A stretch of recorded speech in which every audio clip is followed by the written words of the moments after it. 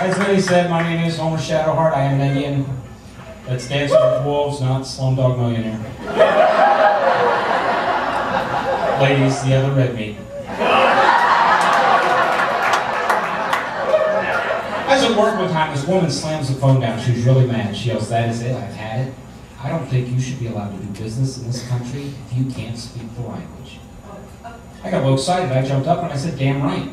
You can't speak Iroquois, you need to get the hell out."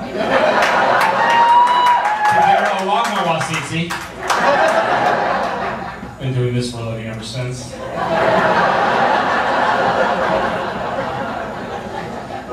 But you know, at the last census report, there were only 4 million American Indians left. I mean, as a matter of comparison, the number of homosexuals in this country outnumber us 6.25 to 1.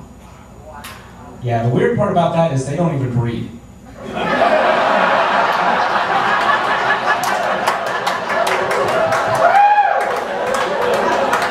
But it would explain why people say things that are, well, honestly, stupid to me a lot. A long time ago, I was working at a mall, and I'm standing out in front of the tobacco store.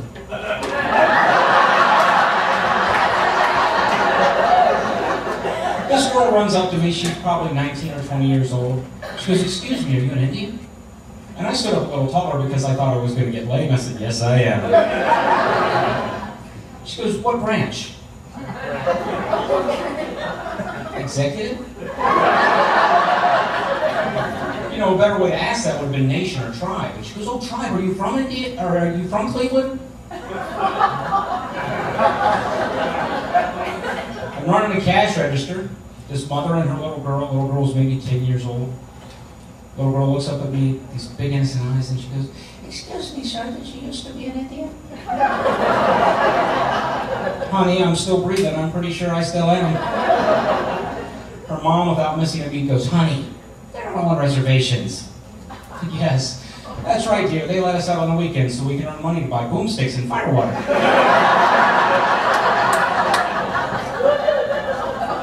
The one I am probably most embarrassed by, though, I used to have really long hair. I was cutting a traditional mohawk, and I'm pumping gas one day. The wind kind of blows it back. From the other side of the pump, I hear this guy go, "Hey, Tono, what tribe?" So I look around the pump at the black gentleman standing there. I said, "Susquehanna Iroquois. Hey, Kunta, what tribe?"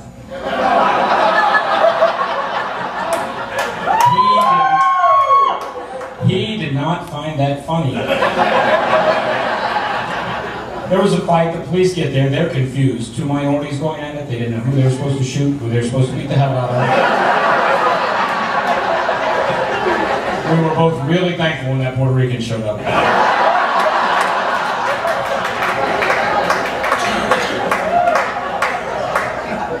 So you guys know this, right? Last year, the government bought Freddie Mac and Fannie Mae, the nation's largest home lenders. Yeah, for all intent and purposes, the federal government now owns your homes. Hope that works out better for you.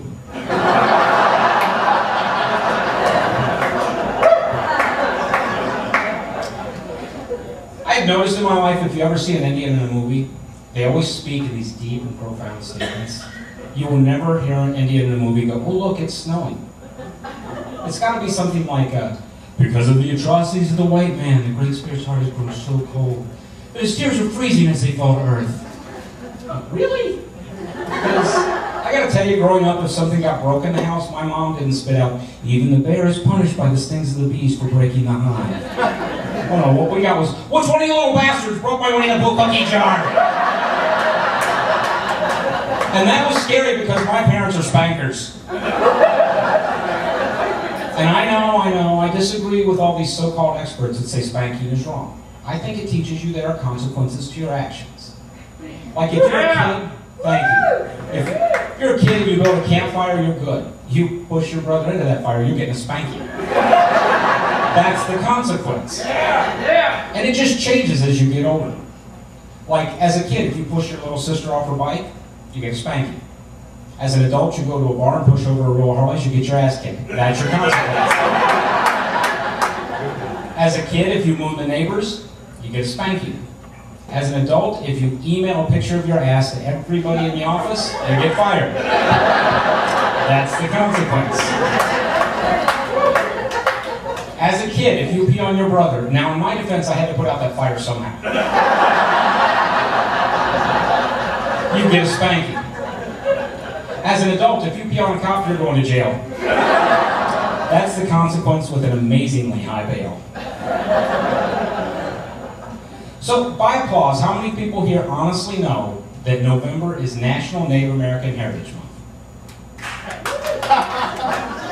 Wow, like 3 people. That's awesome. People are actually finding out about it, though. It's kind of cool. I didn't know my neighbors knew about it, but last November 1st, they came over and threw me out of my house. Not sure they really understood the spirit of which the month was named. It is a little, disheartening, though, that they gave us the month with Thanksgiving in it. Or as we like to call it, what the hell were we thinking, Dave?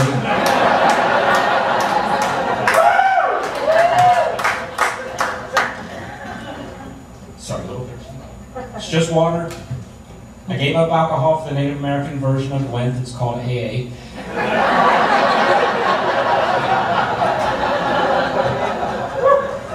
Play Mythbusters for you guys. How? Really not a greeting. When Columbus landed, my ancestors were simply saying, how long are y'all staying? Still waiting for an answer. I mean, come on. Let's be honest. It would have been really nice if you could have at least made reservation. Never mind.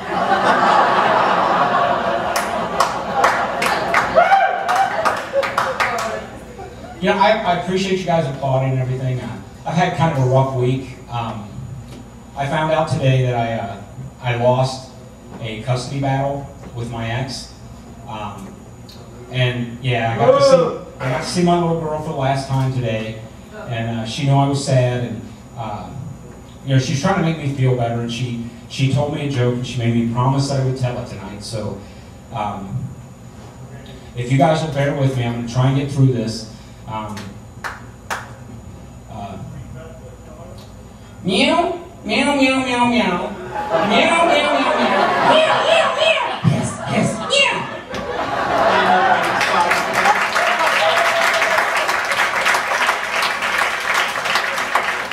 Thank you. I thought it was extremely discriminatory against mice, but she made me promise, so I did. So 2006 was probably the worst year of my life so far. On my birthday, I was diagnosed with stage 4 bladder cancer. 4 days before Christmas, my wife left. Yeah, I gotta tell you, the Christmas gift, a hell of a lot better than the birthday present.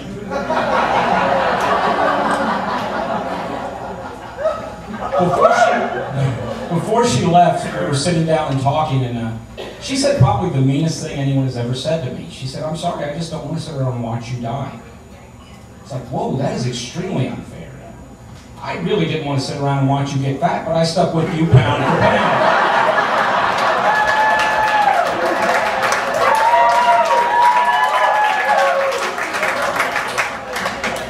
About the time I was diagnosed, she told me she was bi. It wasn't until Christmas I realized she meant polar. She's been talking recently, though, about getting back together, rekindling the romance, and that's just not going to happen. Yeah.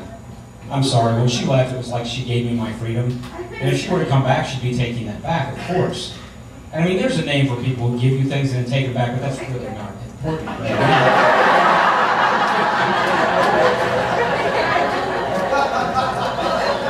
She drunk dialed me a few months back. It's 3 a.m. on a Wednesday. I pick up the phone. She's crying. Why do you have to be dying? I said, well, because God hates me, and unlike you, He has a sense of commitment. Now, I'm basically telling you about my life up here. And I've been doing that story since my wife left. After a show one time, this girl comes up to me, and she goes, excuse me, Homer, can I have a minute of your time? And I stood up a little taller because I thought I was going to get late. I said, absolutely.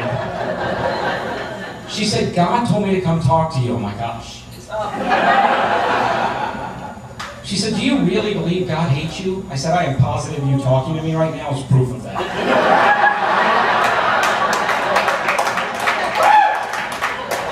She said, but do you know God? I said, well, not personally, but I have seen some excellent CAT scan films of His work.